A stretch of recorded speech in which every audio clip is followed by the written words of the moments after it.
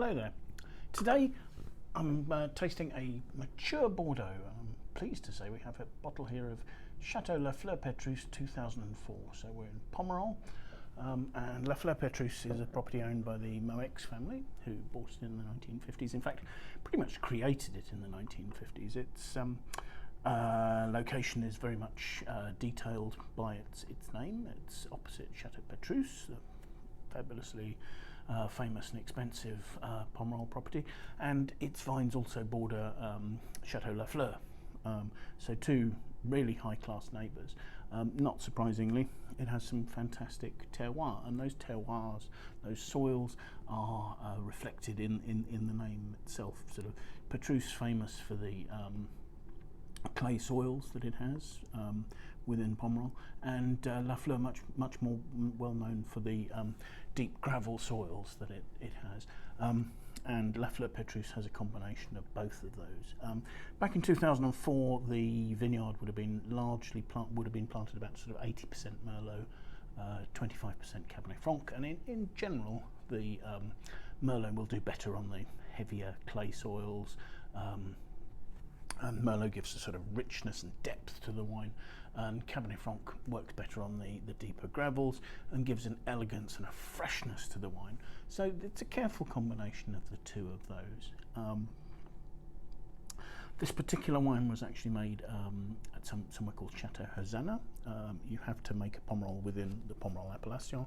Hosanna is another property owned by the Moueix family, and the Moueix family have a number of very famous properties that they work with, both in Pomerol and Saint-Emilion. So they know the region, and they know the Merlot and Cabernet Franc grape varieties incredibly well.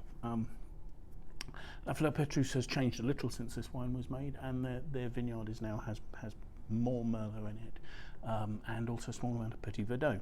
But at this stage, I guess the innovation that was introduced in 2004 was this was the first year where a portion of the wine fermented in stainless steel tanks. Hitherto they'd used concrete fermenters, and a lot of this wine would have been fermented in those as well, but both of them with temperature regulation. Slightly unusually for a Pomerol or Saint-Emilion property, the wine did its malolactic conversion in tank. Often they'll do it in barrels, because that quite often adds a sort of a flattering chocolatey note, but clearly it's not thought that was necessary here.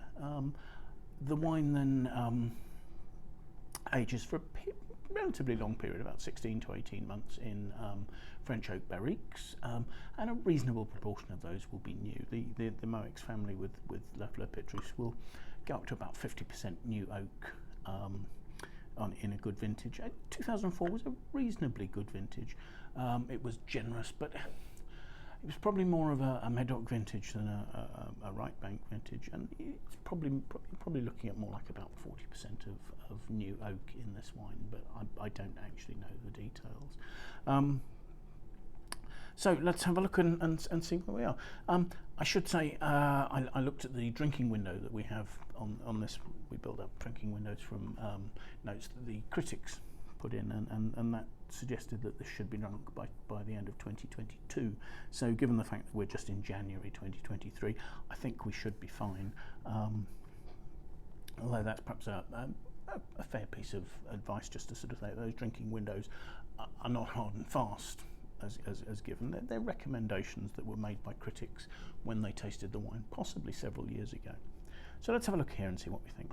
In terms of colour, you've actually got quite a dark pigmentation. It's a dark ruby red, but at the rim it's starting to lose a bit of colour there, and you've got more of a sort of a bricky red around the edges there. More or less opaque, not quite. When I swirl it, you can see legs running down the side of the glass, but they're not particularly intense and they're not particularly pigmented.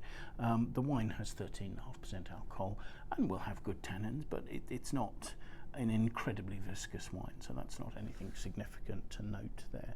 Let's have a look at the aromas. Gosh, those are very classically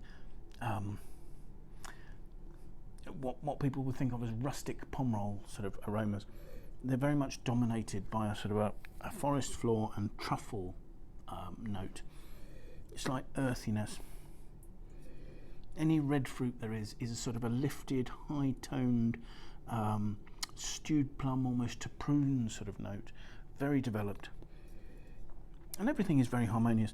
There may be hints of cedar in there from oak aging, but they're tied in, sort of giving slightly coffee-ish notes, I suppose, to the aromas. They're not standing out separately. Let's have a taste, shall we?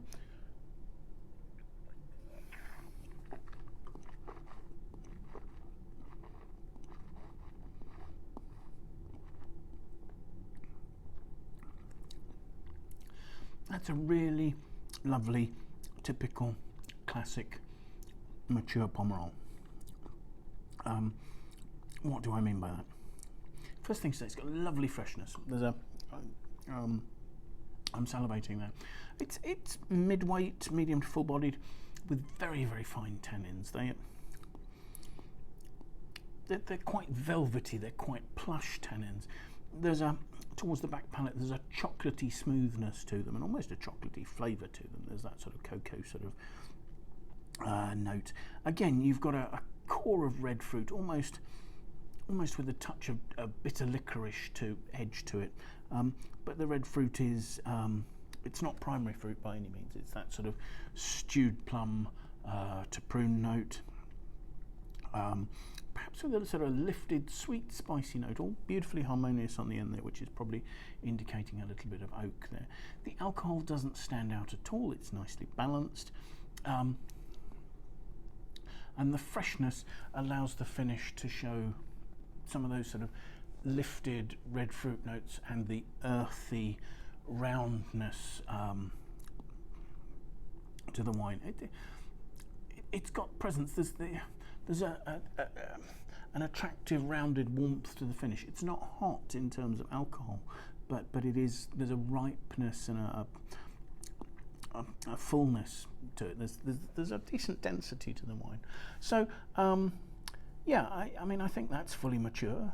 I don't think there's any rush to drink it up. I don't think that the wine's going to drop off a cliff having reached its drinking window. I think, but there's little point from my point of view of keeping it, because it is fully mature and it's lovely now. But you could quite happily drink this for the next 4 or 5 years, and that would be absolutely gorgeous. So yes, La Fleur-Petrus 2004. Thank you for joining me, and if you've enjoyed it, do watch again. Bye now.